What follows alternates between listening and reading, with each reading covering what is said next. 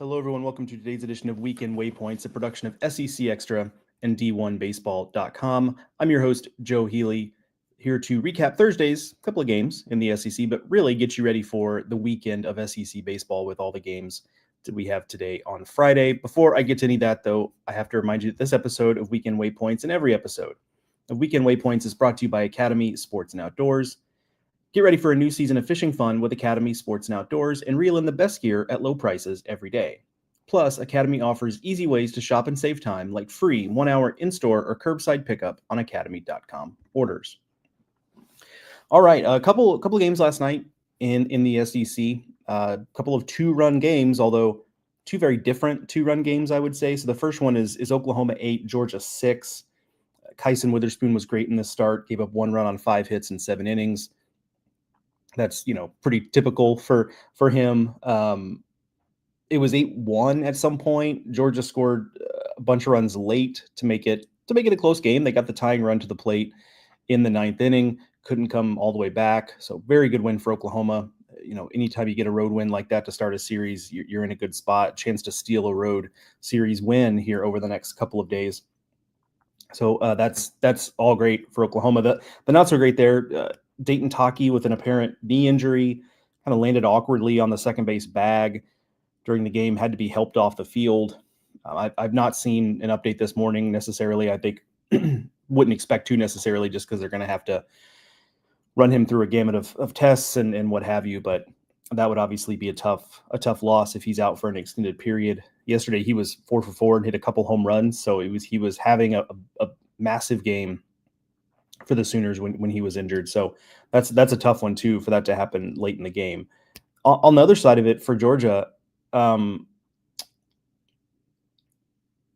was it just that Kyson was really good? That was true. Or is it also that Georgia's kind of fighting it offensively? It feels like they are a little bit fighting it offensively. And we know that this offense, there's the home road thing, like the splits are fairly stark, but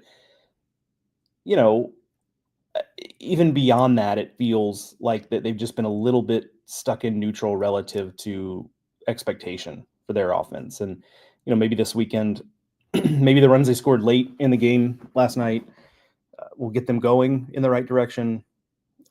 We'll see, but it just does feel like they're fighting themselves a little bit offensively. That's obvious. That's going to have to be better moving forward this weekend to win the series. The other game was Alabama 7, Mizzou 5, a heartbreaker for the Missouri Tigers. Looked like the losing streak in SEC play was going to snap. Mizzou jumped out to a 5-0 lead in the first. And then I think what's the real heartbreaker there is, we were talking about it in our internal chat here at D1 Baseball, and I said something about 5's probably not going to win it because the reality is Mizzou has really struggled in SEC play to pitch, and they're going to, it feels like they might need double digits here. And so the more painful part for Mizzou is maybe not even the 5-0 lead. It's the fact that they didn't have to score double digits to win this game.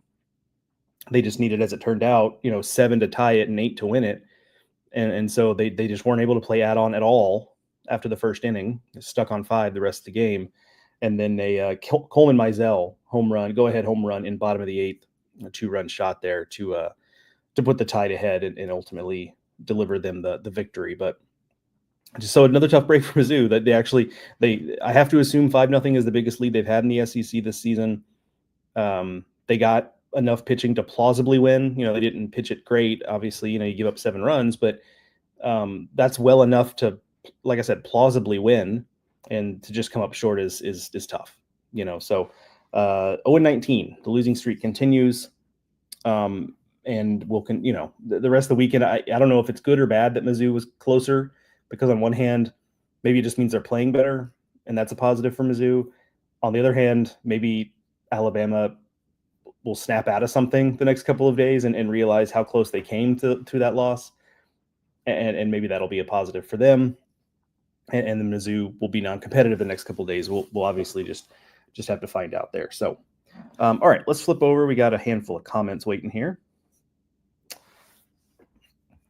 Carl Dunn says, well, Joe, this is the weekend to see LSU got the juice to finish the season strong. Great matchup tonight. Yeah, the Liam Doyle, Kate Anderson, doesn't get better than that. Kate Anderson is one of just a couple of pitchers, Kyson Witherspoon, one of the others, who against Liam Doyle, you give their team a chance because Liam Doyle feels mostly unbeatable on Fridays, but there are a couple of other guys that feel that same way. And so, Kate Anderson is one of them. Carl also says, my stomach is in knots today. I'm not coaching or playing. Yeah, I feel like as a observer or as a fan, it's almost easier to get more nervous because you can't do anything about it, right? If you're a player or a coach, at least at some point, you're going to have input on the game, right? And so you can have at least a little bit of control over the result. Whereas, if you're just a bystander, you got no control. It's just going to happen, and you're going to have to just absorb it. John Bro says, good morning, Joe. Curious to see if LSU is going to run on Tennessee starter Phillips on Saturday. Go Tigers. Yeah, I mean, they should. Tennessee famously this season is struggling to throw out runners, and in the Marcus Phillips starts in particular, he's very slow to the mound, big leg kick. He's pitching great. Like, his numbers are good, but a lot of singles end up being doubles because of stolen bases. But that'll be an interesting dynamic because I mentioned this on the preview live stream that I did with Mike Rudy and Kendall last night, that LSU's not the most efficient base stealing team. They've got good athletes. They've got guys who have the speed to steal bases, but I think there's something like 35 for 51 on the year, which, nets out to about 70%. Maybe it's 36 for 51. So anyway, they're between 70 and 75%, which is below that threshold. They typically say is you need to steal X percentage of bases to make the juice worth the squeeze, right? Of potentially getting runners thrown out. So I think they'll take advantage to some degree. But LSU is probably not quite as equipped as Kentucky, for example, to take advantage of that, because stealing bases has not necessarily been part of the formula for LSU. So that is an interesting game within a game there thing, John.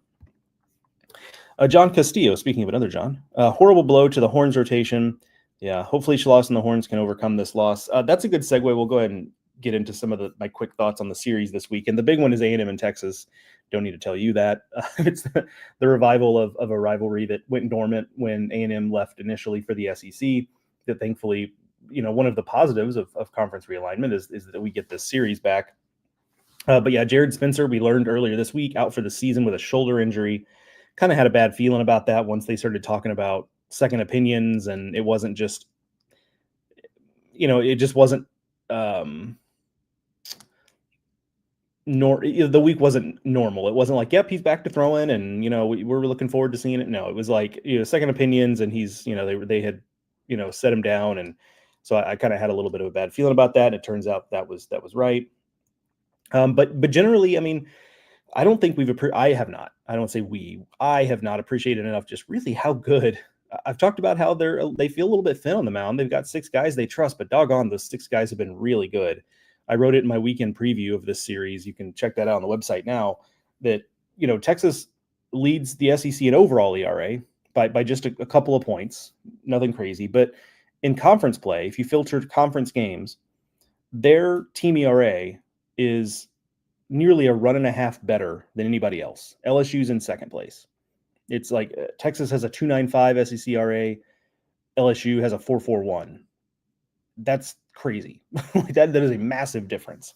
And that just shows you how good they've been.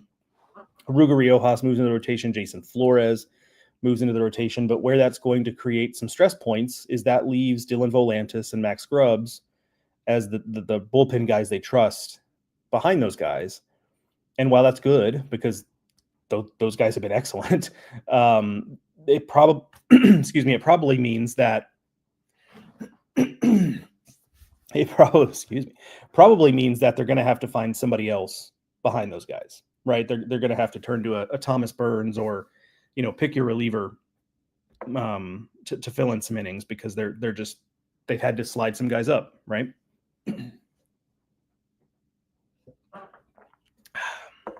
I'm sure coffee is not what a doctor would say would to help deal with a frog in my throat.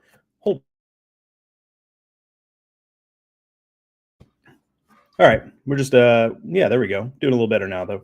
Either that, or I'll just power through it. You'll just have to deal with hearing me rasp at you for the rest of the show. But it sounds like I'm better now. On the other side, on the A&M side, the offense, the lineup has started to bail out the pitching staff in a way that I didn't anticipate. Because for so much of the season, we were talking about, well, the pitching has kind of kept A&M afloat, and we're waiting for the offense to come around. And now it's kind of flipped a little bit, where Ryan Prager's got a 7.02 ERA in conference play. It's 11 home runs allowed and 33 and a third innings in conference play. That's not gonna really get it done. All three of their starters in SEC play have basically a 5.5 ERA or higher. And some of that is just because, look, it's an offensive league, and very few guys have really, really good ERAs in SEC play. But still, with that rotation and how well they pitched early on, I think expectations were they would be a little bit better. But the flip side is that the lineup really has come alive. And now I think that's an interesting matchup of Texas's pitching staff against the A&M lineup. And can A&M force Texas off schedule? Can they force them to go to a bullpen guy that they're not as comfortable with early in the series? I think that's going to be key for Texas A&M. Should be a great atmosphere. Mark Etheridge will be there for D1 baseball this weekend, and then maybe Kindle on Sunday if it's still a compelling series. Mark will be there the first couple of days at least. All right, a couple of comments waiting, so I'm going to flip over to those real quick. Jeremy Scott says, Roll Tide, no win in the SEC is easy no matter the record of the opponent. Yeah, I guess Alabama certainly learned that yesterday, but it's a good point, Jeremy. It's a good reminder. Jay Seitler on X says, I like how you and Mark brought up the unbalanced scheduling. Could we see a team get in the tournament with less than 13 conference wins if they didn't play Missouri and the metrics are still okay? Yeah, I think that's possible, Jay. I really do.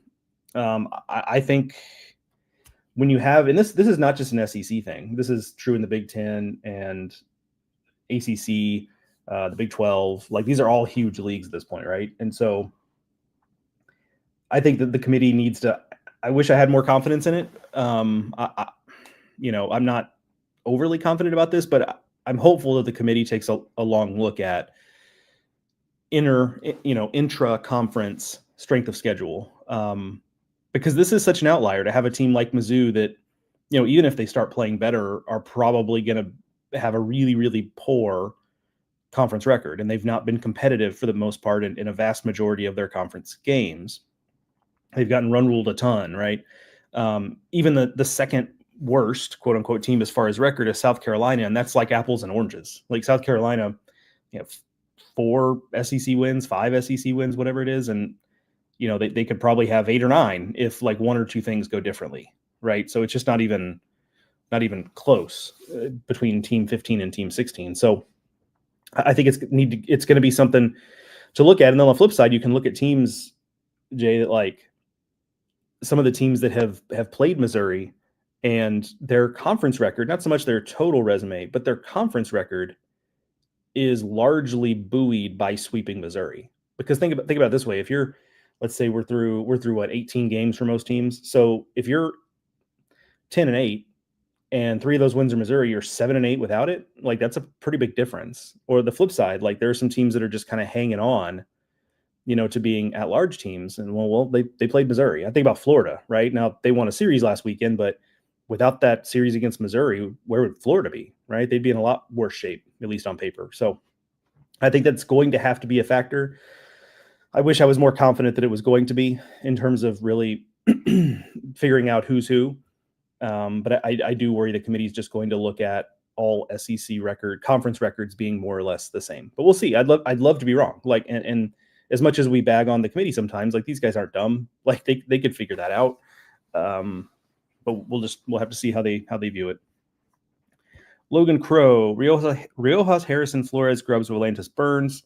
That should win 2 out of 3 most weekends. Agreed. Need guys like Dre, that's Andre Duplantier, Grayson Saunier, Aiden Moffitt to step up if we want to keep winning. And then he mentions Mercer should be, Will Mercer should be back soon too.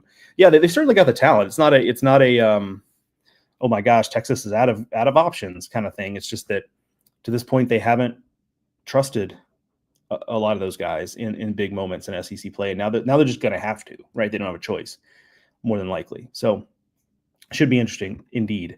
Okay, let's talk Tennessee LSU. That series is going to be the one Kendall will be at the first couple of days of this weekend, so he'll have coverage of it. Can Tennessee be the same team in the 2 games after Liam Doyle starts. Right now, it kind of feels like they're a very different team with Liam Doyle on the mound. And some of that's because he's more often than not a dominant starter. But it's also that I think they just feel supremely confident on those days. And then you can kind of see it in the way they play in their body language. They're just not as confident those next couple of days. So that's going to be key here. We talked about the Marcus Phillips element, the stolen bases piece, and it's not just Marcus Phillips. We're pinpointing him, and I think we're right to do so because a lot of the stolen bases have come with him on the mound. But it's not just him. So we talked about that piece of it there. I think in the big picture here, the loser of this series will still be in great shape for top 8, all that kind of stuff, or at least to be in position to do that. And they won't be locks, but it is interesting that the loser of this series will have lost 3 SEC series. And going into the season, I would have taken the under for both Tennessee and LSU in terms of losing SEC series. Now, part of that's that Texas has overachieved preseason expectations. And, so losses have been include series losses for LSU, include Texas, what have you. But I wouldn't have imagined that both one of these teams could have that many series losses in the SEC. So I do think, right or wrong, there will be some anxiety in the fan base that loses this series a little bit. But I don't necessarily think it's going to change much of what I feel about either team. Now we'll see. Some of it depends on how it looks, not just what the results are. So we'll know a lot more by the end into the weekend. All right, let's move on to. Let's talk South Carolina and Kentucky. I'm kind of fascinated in the Kentucky part of this because let's say they win this series. So they're what are they, 8-10 in the conference, I believe. If they if they win this series, they'll be at 10-11. If they sweep it, they'll be at 11-10. That's a tall order, although it is at home. That helps. But suddenly you look at it, and Kentucky would have to be looked at as a dark horse hosting candidate. Because not just because of that, but you look at their schedule down the stretch, and there's no such thing as a soft SEC schedule. It just doesn't exist. There's precisely one team that you could look at as being an opponent that you feel like you can really make some hay against. But they've got Mississippi State on the road. It's tough in Starkville, but that's a team that Kentucky could beat. They're home for Oklahoma. Oklahoma playing very well. I think Oklahoma is a better team, but it's in Lexington. And then away for Vanderbilt, which I think Vanderbilt's playing really, really well right now. But again, that's a team that I think Kentucky could at least get a game against, right? So, they don't have any of the true, best 5 teams that we think exist in this league right now. That seems kind of doable. Now, I don't know that they'll get there, but they've done enough now with kind of flipping that Tennessee series that no one expected them to win, myself included. And in doing so, they've put themselves in the conversation to maybe shift their hopes upward. Whereas before it felt like they're just fighting to be a postseason team. Right now, they're a lock for that if the season ended today. So they can dream a little bit bigger. Now, if they lose this series to South Carolina, because let's say South Carolina just turns out they're playing a lot better, then we'd be back to like, okay, Kentucky's more of a let's fight for the postseason kind of thing. But that just goes to illustrate the point that the difference between being a bubble team and being a host team in the SEC is like 3 conference wins.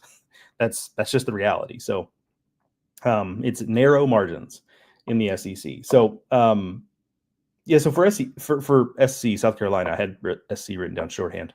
For South Carolina, was last week kind of a dead cat kick where you just had like a one last push that ultimately doesn't necessarily mean anything in the bigger picture? Or are they trying to make a move? Now, it is a long, long, long shot for them to do enough to get back into the postseason race, but they've at least now put themselves in position to at least be in position to think about it, if that makes sense, where it's like they're not on the doorstep. They're not really even in the neighborhood yet, but they're at least in the car, right? Before they weren't even in the car. Now they're in the car. That's a weird metaphor, but you know what I mean. So if with the result this weekend, maybe South Carolina can can dream a little bit bigger, but we'll see. Got a comment waiting. Let me flip over to it. Actually, this is a good segue because I was going to talk about Arkansas and Florida next. Josh Willie says, hope the Hogs can bounce back in the swamp. Yeah, I certainly think they'll have an opportunity to. I still really like that team. And so for them to be dropping games here has been kind of a shock to the system. Though, at this point, like, we just need to evaluate A&M differently, right? Like, that's a team that's probably, like, on talent and certainly on expectation was as good or better than Arkansas. That hasn't turned out to be the case in the results so far this season, but right now they're probably playing about the same. So, but it has been jarring to see Arkansas dropping series. It has raised a little bit of an eyebrow for me, even though I still like them as a national title contender, just because their balance. They have so much balance. They can win every type of game that exists. They can, they can get great pitching. They can bash in the lineup, all that stuff. So I still have a great deal of confidence in them, but I did not expect them to have dropped back-to-back series. The key for Florida feels like, they need to get Liam Peterson's start. Like, you're looking to win when Peterson's on the mound because the rest of the rotation isn't as reliable at this point. And that's, kind of was the key for them last weekend, where they get Peterson's start and they feel better after that. So you don't want to put it down to just one guy, but that's so important. Kind of the same as, like, we'll talk about Mississippi State in a minute, but when Pico Khan's on the mound, those are games they feel like they've got to have. So that's going to be, to me, that's the key for Florida. Is just like, if you can't get the Liam Peterson start, suddenly the series wins become really, really difficult to envision. Speaking of Mississippi State, they are at Auburn this weekend. Series loss last weekend for Mississippi State really backed the Bulldogs into a corner. Had they won that series last weekend, I think they would have been continue to be on schedule, right? To just eke into the postseason, or maybe a little bit better, but to get in the postseason, right? Now they've lost that series, and now you're kind of back in scramble mode. Like, you've got series ahead of you that are winnable. We talked about the Kentucky series. That's at home. That's winnable. They've still got Missouri ahead of them. That's sweepable. But at that point, Missouri will be, maybe just in total, like, caution to the wind mode. And I wouldn't be surprised if that becomes a much more difficult series if Missouri rolls in at 0-27 or 1-26 in conference play and is just like, screw it. Let's just, let's just do something crazy out there. Like, you just never know. But larger point is that they did themselves no favors. So they really have to get moving. At Auburn would have been tough in general, but certainly Auburn coming off of getting swept, not probably a great spot to arrive in Auburn, because I think Auburn's going to be motivated to get out there and play well. And I think the sweep last weekend just says more about Texas, just being kind of a machine right now, and maybe not being as flashy as others, but certainly getting the job done. And I think that's probably more of what the deal is. I was kind of surprised when I looked up and saw that Mississippi State is second in SEC play in batting average, 282, which shows that it's really been to the extent that things have been subpar. It's been the pitching, at least by that metric. I know it's just batting average is one stat and maybe not even a great one, but it is what it is. That's still a team that's among the leaders in hitting in SEC play, and so you would expect the record, given that, to be a little bit better than it is, but alas. Flipping over to some comments here. Patrick Yankee said the Bat Cats are hot. Absolutely they are. Talked about that a minute ago. Oh, by the way, speaking of Kentucky, I did a story on Nick McKay, the South Dakota State transfer, who's a seventh-year senior and who threw that gem last weekend against Tennessee on Saturday. So I wrote about him and his path, and kind of a cool story of persistence. A guy who basically gave it up. Was ready to be done with baseball and then had a change of heart, and now we see what he's accomplishing. So go check that out if you've not read it on the site. Sam Smith jokes the guy is older than Joe. That is correct. I remember watching Nick McKay pitch when I was just a kid. Heck of a pitcher, that guy. Tennessee LSU feels like a must win for both to get a top 8. Yeah, I could buy that. I'm flipping over, if you'll excuse my silence for a second, or my mumbling. I'm flipping over to the RPIs just so I can have it for reference.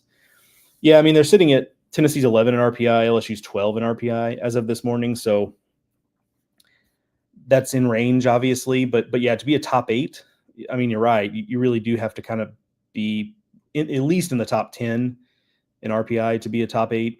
And so that both teams have some work to do from that standpoint. I think the winner of this series will probably be in the top 10 in RPI.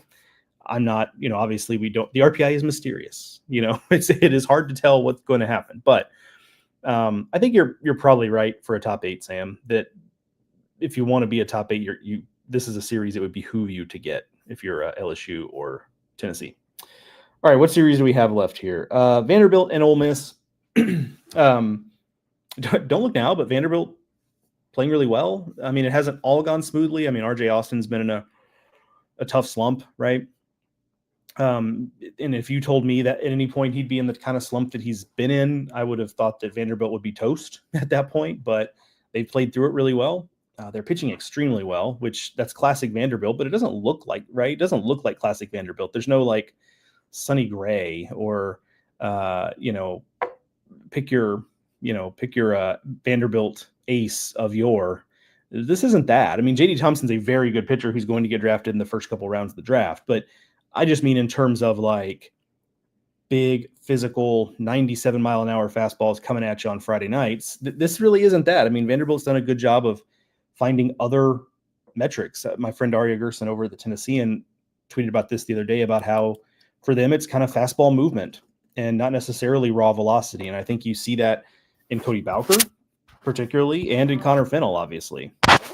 The movement is what the thing is with the fastball, not so much the velo. And JD Thompson has some velo too. It's not like he's out there.